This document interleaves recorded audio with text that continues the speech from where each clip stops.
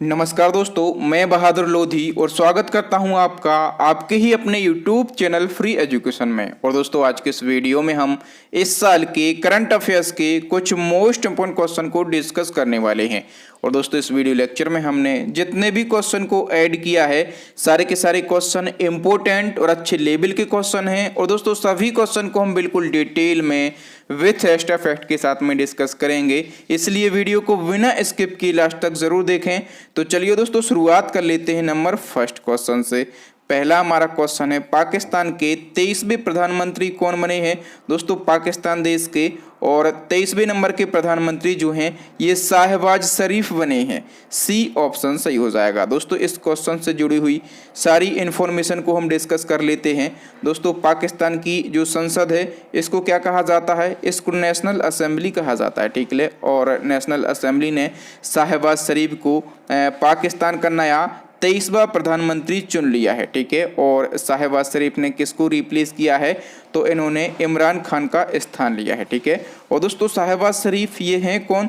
तो जो पाकिस्तान के पूर्व प्रधानमंत्री थे नवाज शरीफ, ठीक है, तो इनके भाई हैं। और दोस्तों, शाहबाज शरीफ जो हैं ये 3 बार पाकिस्तान के पंजाब प्रांत के सीएम भी रह चुके हैं, ठीक है। एक पंजाब प्रांत पाकिस्तान में भी है और इसी पंजाब प्रांत के शाहबाज शरीफ सीएम रह चुके हैं कितनी बार? 3 बार, ठीक है। और इनकी राजनीतिक पार्टी का नाम क्या है? तो पाकिस्तान मुस्लिम लीग नवाज जो है इनकी पाकिस्तान पार्टी का नाम है, ठीक है। और इनका एक पुश्तैनी गांव है, ठीक है, जो कि अपने भारतीय राज्य पंजाब में स्थित है। नेक्स्ट क्वेश्चन है, भारत और किस देश की नौसेना के बीच में वरुण अभ्यास का 20वां संस्करण आयोजित हुआ है? तो देखिए दोस्तों, हाल ही में वरुण अभ्यास का कौन सा संस्करण आयोजित हुआ है इस साल? 20वां, ठीक है। और इसका आयोजन जो है ये अपने देश भारत और फ्रांस की नौसेना के बीच में किया गया है। यदि हम बात करें डिटेल की, तो वरुण नौसैनिक अभ्यास के हाल ही में 20वें संस्करण का आयोजन किया गया है, ठीक है। और इसका आयोजन कब से कब तक किया गया? तो 30 मार्च से 3 अप्रैल तक इसका आयोजन किया गया, ठीक है। एक फैक्ट। दूसरा फैक्ट, आयोजन कब किया गया? और तीसरा फैक्ट ये पूछा जाता है कि इसका आयोजन जो है ये कहाँ पर किया गया? तो अरब सागर में इसका आयोजन किया गया, ठीक है। और चौथा फैक्ट क्या पूछा जाता है कि इसका आयोजन जो है ये किस किस देश के बीच में हुआ है? तो अपने देश भारत और फ्रांस की नौसेना के बीच में इसका आयोजन किया गया। ये 4 फैक्ट किसी भी कोई भी नौसैनिक अभ्यास हो वहाँ से पूछा जाता है। इसी क्रम में एक और क्वेश्चन को हम डिस्कस करेंगे कि अपने देश भारत और किस देश के बीच में युद्धाभ्यास खंजर 2022 का 9वां संस्करण हिमाचल प्रदेश में आयोजित हुआ है? तो देखिए दोस्तों, इस अभ्यास से भी हम 3-4 फैक्टों को डिस्कस करने की कोशिश करेंगे। जो खंजर युद्धाभ्यास है, ठीक है, इस साल इसका कौन सा संस्करण आयोजित हुआ है? तो आप कहेंगे इसका 9वां संस्करण आयोजित हुआ है, एक फैक्ट। दूसरा फैक्ट आपको याद रखना है कि इसका आयोजन किस किस देश के बीच में किया जाता है? तो अपने देश भारत और किर्गिस्तान के बीच में इसका आयोजन किया जाता है, ठीक है। 2 फैक्ट हो गए। तीसरा, इसका जो आयोजन स्थल है वो क्या है? दोस्तों, इसका आयोजन जो है ये हिमाचल प्रदेश में किया गया, ठीक है। और हिमाचल प्रदेश के बकलोह में, कहाँ पर? हिमाचल प्रदेश के बकलोह में इसका आयोजन किया गया। 3 फैक्ट हो गए, ठीक है। और चौथा फैक्ट ये है कि इसका आयोजन कब किया गया? तो इसका आयोजन किया गया है अप्रैल 2022 में, ठीक है। तो ये 4 फैक्ट किसी भी सैन्य अभ्यास से आपके एग्जाम में बनते हैं, चारों को आप याद रखेंगे।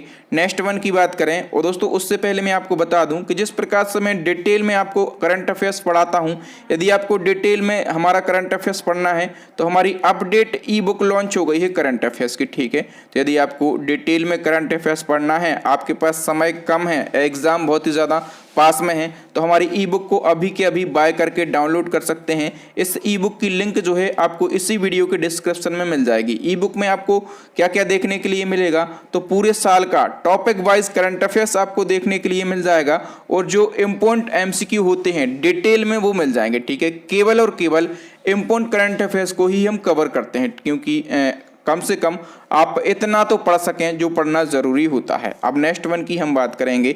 नेक्स्ट हमारा क्वेश्चन है, हाल ही में फास्टर नामक एक सॉफ्टवेयर को किसने लॉन्च किया है? दोस्तों, फास्टर नामक जो सॉफ्टवेयर है ये लॉन्च किया है एन.वी. रमन्ना है, ठीक है। और जो एन.वी. रमन्ना है ये क्या है, ये हमारे देश के CJI हैं, यानी कि चीफ जस्टिस ऑफ इंडिया हैं, यानी कि सुप्रीम कोर्ट के मुख्य न्यायाधीश हैं एन.वी. रमन्ना, ठीक है। और दोस्तों इन्होंने अदालती कामकाज में तेजी लाने के उद्देश्य से एक सॉफ्टवेयर को लॉन्च किया है। सॉफ्टवेयर का नाम क्या है, फास्टर। इसको जरूर याद रखेंगे आप।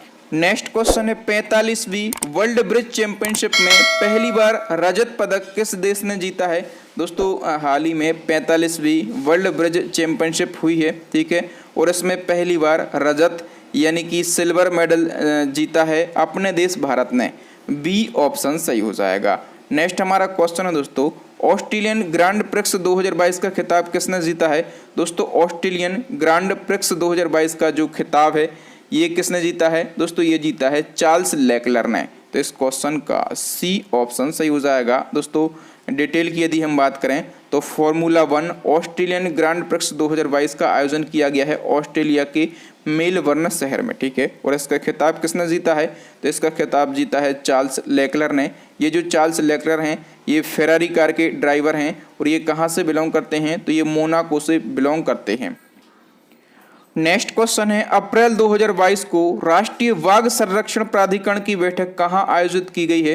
दोस्तों अप्रैल 2022 में राष्ट्रीय बाघ संरक्षण प्राधिकरण की जो बैठक है ये पहली बार आयोजित की गई है अरुणाचल प्रदेश में, ठीक है। दोस्तों राष्ट्रीय बाघ संरक्षण प्राधिकरण जो है इसको शॉर्ट में क्या कहा जाता है। दोस्तों इसको शॉर्ट में NTCA कहा जाता है, ठीक है। और NTCA की बैठक नई दिल्ली के बाहर पहली बार कहीं की गई है और कहां पर की गई है, तो ये अरुणाचल प्रदेश में आयोजित की गई है। सारे फैक्टों को हम डिस्कस कर लेते हैं। दोस्तों जो केंद्रीय पर्यावरण वन और जलवायु परिवर्तन मंत्री हैं उनका नाम क्या है, भूपेंद्र यादव। और इन्हीं की अध्यक्षता में 9 अप्रैल 2022 को अरुणाचल प्रदेश के पक्के बाघ अभ्यारण्य में ये बैठक आयोजित की गई है। और कौन सी बैठक थी इस साल, दोस्तों ये थी 20वें नंबर की बैठक, ठीक है।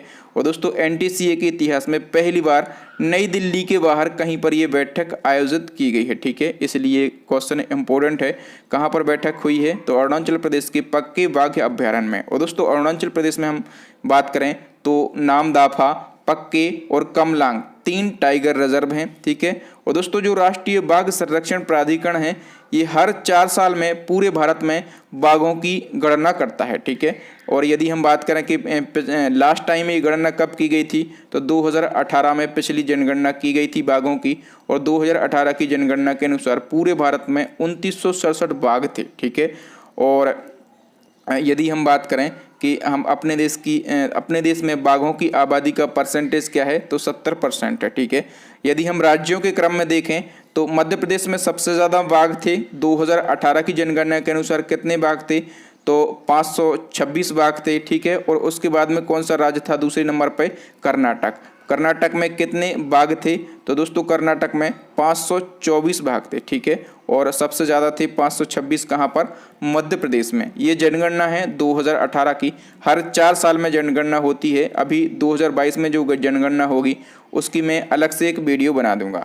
नेक्स्ट क्वेश्चन है हाल ही में किस देश की सेना ने बैलिस्टिक मिसाइल शाहीन 3 का सफल परीक्षण किया है। तो देखो दोस्तों हाल ही में अपने पड़ोसी देश पाकिस्तान ने, ठीक है, अपने पड़ोसी देश पाकिस्तान की सेना ने सतह से सतह पर मार करने वाली मध्यम दूरी की बैलिस्टिक मिसाइल 3 का सफल परीक्षण कर लिया है। नेक्स्ट हमारा क्वेश्चन है हाल ही में कोरोना वायरस के नए वेरिएंट XE स्ट्रेन का पहला मामला किस राज्य में पाया गया। दोस्तों XE स्ट्रेन का पहला मामला जो है ये किस राज्य में पाया गया है, दोस्तों ये पाया गया है महाराष्ट्र में, ठीक है। और यदि आपसे शहर पूछा जाए कि किस शहर में पाया गया, तो दोस्तों ये पहला मामला जो है ये महाराष्ट्र के मुंबई शहर में पाया गया है। और ये जो नया वेरिएंट आया था अभी ओमिक्रॉन, इससे कई गुना ज़्यादा खतरनाक है ये कोरोना का वेरिएंट। नेक्स्ट हमारा क्वेश्चन है IPL के इतिहास में सबसे ज़्यादा विकेट लेने वाले गेंदबाज कौन बन गए हैं। दोस्तों पूरे IPL के इतिहास में और सबसे ज़्यादा विकेट लेने वाले गेंदबाज जो हैं ये डेविन ब्रावो बन गए हैं। ए ऑप्शन सही हो जाएगा। दोस्तों ये जो डेविन ब्रावो हैं ये चेन्नई सुपर किंग्स के ऑलराउंडर हैं, ठीक है। और ये IPL के इतिहास में सबसे ज़्यादा कितने 171 विकेट लेने वाले गेंदबाज बन गए हैं। नेक्स्ट हमारा क्वेश्चन है दोस्तों, दिल्ली मेट्रो रेल कॉरपोरेशन के नए प्रबंध निदेशक कौन बने हैं? दोस्तों दिल्ली मेट्रो रेल कॉरपोरेशन और इसके नए प्रबंध निदेशक यानी कि एमडी जो हैं ये विकास कुमार बने हैं। ए ऑप्शन सही हो जाएगा। और यदि हम बात करें विकास कुमार की तो इन्होंने डॉक्टर मंगू सिंह को रिप्लेस किया है। ठीक है, डॉक्टर मंगू सिंह का इन्होंने स्थान लिया है। नेक्स्ट वन की हम बात करेंगे और दोस्तों जो नेक्स्ट क्वेश्चन है ये वेरी वेरी इंपॉर्टेंट क्वेश्चन है। ये क्वेश्चन आपके एग्जाम में बनेगा 100%।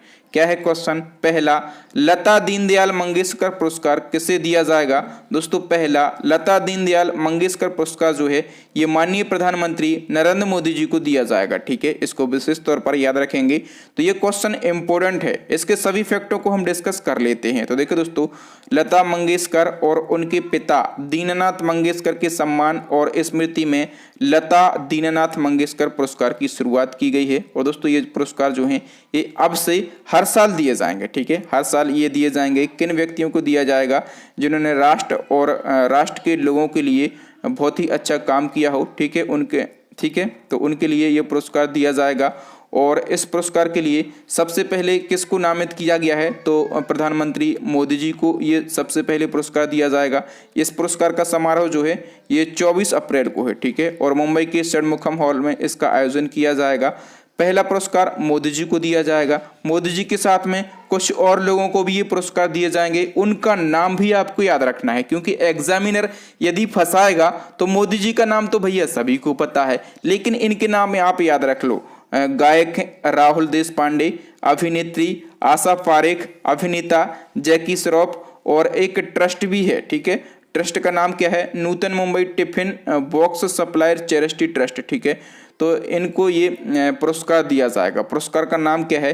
तो लता दीननाथ मंगेशकर पुरस्कार। ठीक है, याद रखना, ये मोस्ट इंपॉर्टेंट क्वेश्चन था आपके एग्जाम के लिए। नेक्स्ट हमारा क्वेश्चन है, Thailand open international boxing tournament 2022 में भारतीय खिलाड़ियों ने 3 गोल्ड मेडल जीते हैं। ठीक है, और इन 3 गोल्ड मेडल के साथ में कुल कितने मेडल जीते हैं? तो देखिए दोस्तों, Thailand open international boxing tournament 2022 में भारतीय खिलाड़ियों ने 3 गोल्ड मेडल जीते हैं। और यदि हम बात करें कि कुल कितने मेडल जीते हैं, टोटल दोस्तों भारतीय खिलाड़ियों ने 10 मेडल जीते हैं। डिटेल को हम कवर कर लेते हैं दोस्तों। Thailand open international boxing tournament 2022 में भारतीय खिलाड़ियों ने टोटल 10 मेडल जीते हैं। 3 जीते हैं गोल्डन मेडल। ठीक है, 4 क्या जीते हैं? सिल्वर मेडल जीते हैं। और 3 क्या जीते हैं? तो 3 जीते हैं कांस्य यानी कि ब्रॉन्ज मेडल। यदि हम बात करें टोटल कितने मेडल जीते हैं, तो टोटल 10 मेडल जीते हैं। किस किसने ये मेडल जीते हैं? तो यहाँ से आप इसका स्क्रीनशॉट ले सकते हैं। ठीक है, कि गोल्ड मेडल किस किसने जीते हैं। ठीक है, रजत किस किसने जीते हैं और कांस्य किस किसने जीते हैं। नेक्स्ट हमारा क्वेश्चन है दोस्तों, गोवा राज्य के नए पुलिस महानिदेशक कौन बने हैं? दोस्तों गोवा राज्य के जो न्यू डीजीपी हैं वो कौन बने हैं? दोस्तों वो बन गए हैं जसपाल सिंह। सी ऑप्शन सही हो जाएगा। अच्छा, गोवा राज्य की बात हुई है तो गोवा राज्य सभी लोग जानते होंगे, इसकी राजधानी क्या है? पणजी है। और यहाँ से क्वेश्चन पूछा जाता है कि जो पणजी है गोवा की राजधानी, ये किस नदी के किनारे स्थित है? दोस्तों ये मांडवी नदी के किनारे स्थित है। गोवा राज्य के फिर से सीएम कौन बन गए हैं? प्रमोद सावंत बन गए हैं फिर से सीएम बीजेपी पार्टी से। और यहाँ के गवर्नर कौन है? तो PS श्रीधरन पिल्लई जो हैं ये गोवा राज्य के गवर्नर हैं। नेक्स्ट क्वेश्चन है, विनय समरस योजना को किस राज्य की सरकार ने लॉन्च किया है?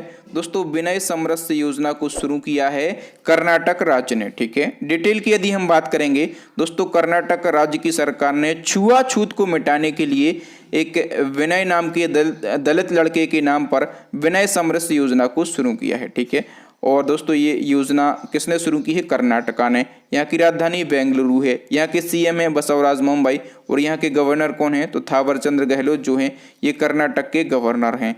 नेक्स्ट वन की हम बात करेंगे और दोस्तों नेक्स्ट हमारा क्वेश्चन है, विश्व होम्योपैथी दिवस कब मनाया जाता है? दोस्तों विश्व होम्योपैथी दिवस जो है ये हर साल 10 अप्रैल को मनाया जाता है। ठीक है, कब मनाया जाता है? 10 अप्रैल को ये दिवस मनाया जाता है। और दोस्तों ये 10 अप्रैल को ही क्यों मनाया जाता है? क्योंकि इसी दिन 10 अप्रैल 1755 को होम्योपैथी दवा पद्धति के आविष्कारक डॉक्टर क्रिश्चियन फ्राइडरिक सैमुअल हैनीमैन का जन्म हुआ था। ठीक है, और इनकी जयंती के उपलक्ष्य में ये दिवस मनाया जाता है। अच्छा, विश्व होम्योपैथी दिवस 2022 की यदि हम थीम की बात करें तो होम्योपैथी स्वास्थ्य के लिए लोगों की पसंद, ये इसकी थीम थी। और कोई भी दिवस हो, थीम जरूर पूछी जाती है आपके एग्जाम में। नेक्स्ट हमारा क्वेश्चन है दोस्तों, राष्ट्रीय पैरा तैराकी चैंपियनशिप 2022 का खिताब किसने जीता है? दोस्तों, राष्ट्रीय पैरा तैराकी चैंपियनशिप 2022 और इसका खिताब किसने जीत लिया है? दोस्तों, इसका खिताब जीत लिया है महाराष्ट्र राज्य ने। ए ऑप्शन सही हो जाएगा। डिटेल की यदि हम बात करें तो हाल ही में 21वें नंबर की राष्ट्रीय पैरा तैराकी चैंपियनशिप 2022 का आयोजन कहां पर किया गया?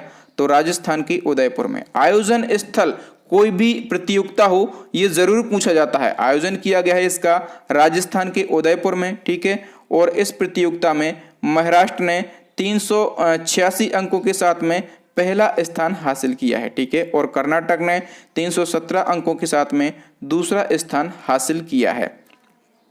नेक्स्ट क्वेश्चन है, हाल ही में यूपीएससी के नए अध्यक्ष बन गए हैं। ठीक है, इनका नाम क्या है? दोस्तों, यूपीएससी के जो नए अध्यक्ष हैं ये कौन बन गए हैं? दोस्तों, ये बन गए हैं मनोज सोनी। ठीक है, और यदि हम बात करेंगे कि मनोज सोनी ने किसकी जगह ली है तो प्रदीप कुमार जोशी की इन्होंने जगह ली है। ठीक है, यूपीएससी की यदि हम बात करें तो यूपीएससी आप बताएं यह एक संवैधानिक संस्था है कि नहीं है?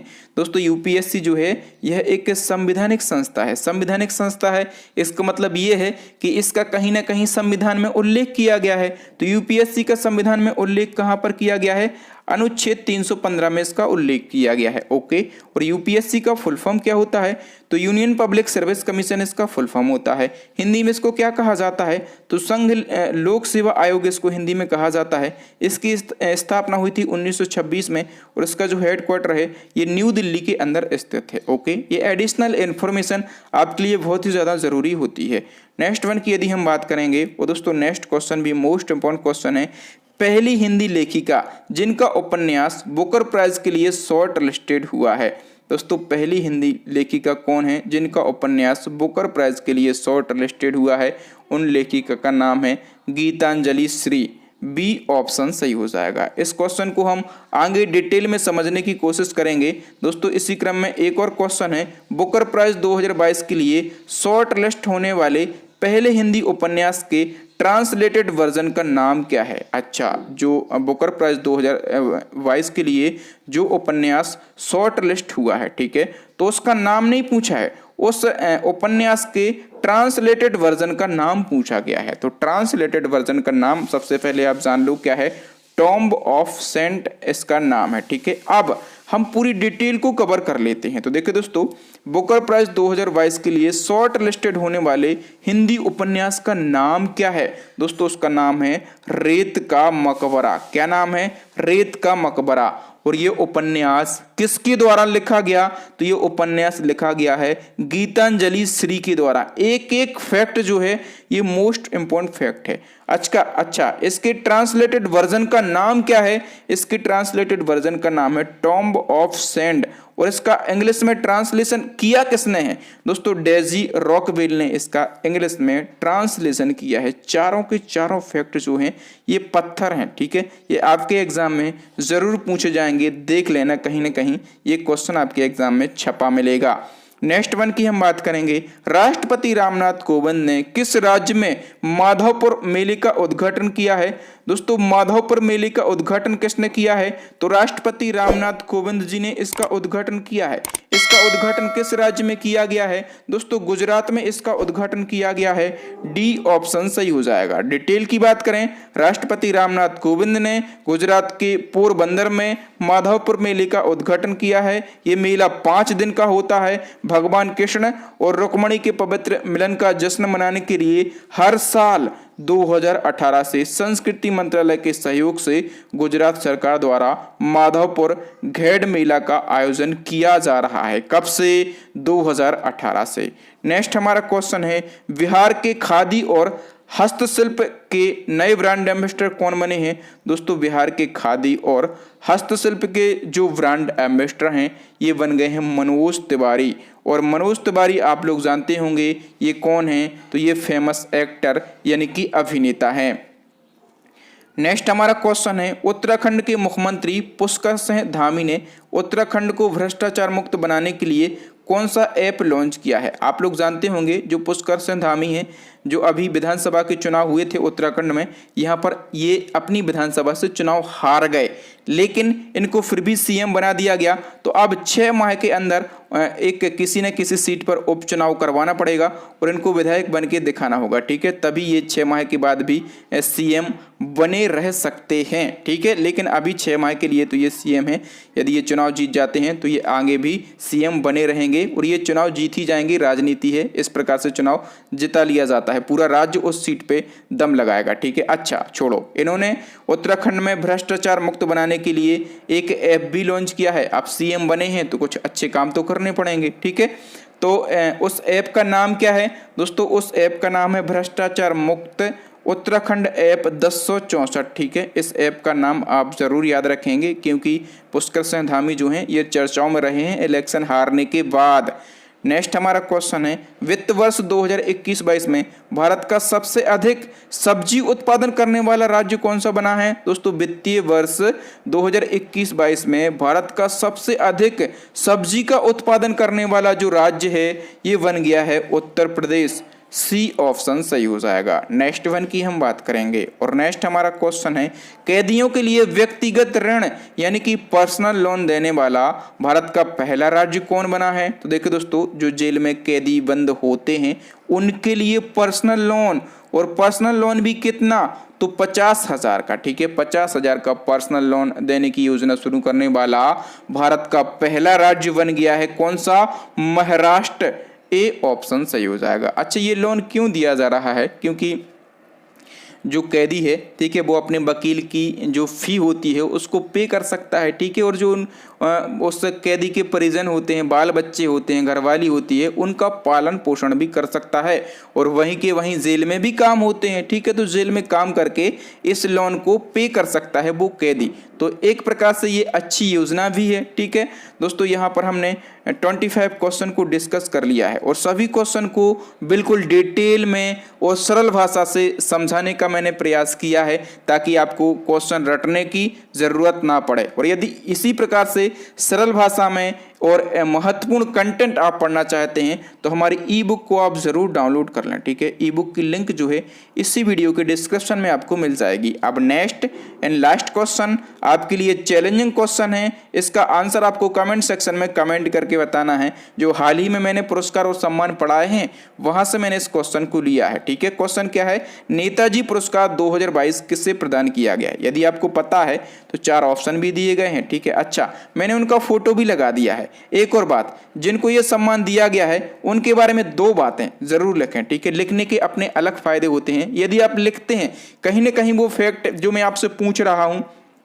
आपके माइंड में स्टोर है, ठीक है, और माइंड में स्टोर है, आप लिखने की कोशिश करेंगे तो वो क्या होगा? वो जो कंटेंट आपके माइंड में स्टोर है वो रिकॉल होगा और लंबे समय तक आपको याद रहेगा। तो थैंक यू दोस्तों, वीडियो देखने के लिए बहुत बहुत धन्यवाद। आपको वीडियो कैसा लगा ईमानदारी से कमेंट करके कमेंट सेक्शन में बताएं। वीडियो अच्छा लगा हो तो वीडियो को लाइक करें, अपने दोस्तों के साथ इस वीडियो को शेयर करें। जो न्यू स्टूडेंट हैं, हमारे वीडियोस को पहली बार देख रहे हैं तो उनसे यही कहूँगा, भैया चैनल को सब्सक्राइब कर लो, साथ में बेल आइकन दबा लो। इसी प्रकार के इंपॉर्टेंट वीडियो जब भी मैं डालूं तो सबसे पहले आपको मिलते रहेंगे और आपको यहाँ वहाँ वीडियो सर्च करने की ज़रूरत भी नहीं पड़ेगी। इसी प्रकार के रोज़ मैं इंपॉर्टेंट वीडियो डालता हूँ और तो आप चाहें हमारे पुराने वीडियो देख सकते हैं प्लेलिस्ट को विजिट करके। प्लेलिस्ट की लिंक आपको यहाँ पर आई बटन में मिल जाएगी, नीचे आपको डिस्क्रिप्शन में मिल जाएगी, या फिर अभी आपको स्क्रीन के ऊपर 3 वेरी यूजफुल वीडियो दिख रहे होंगे। इन वीडियोस को ज़रूर देख लें। थैंक यू दोस्तों, राम राम दुआ सलाम। मिलते हैं नेक्स्ट वीडियो में, तब तक के लिए जय हिंद, जय भारत, वंदे मातरम, भारत माता की जय।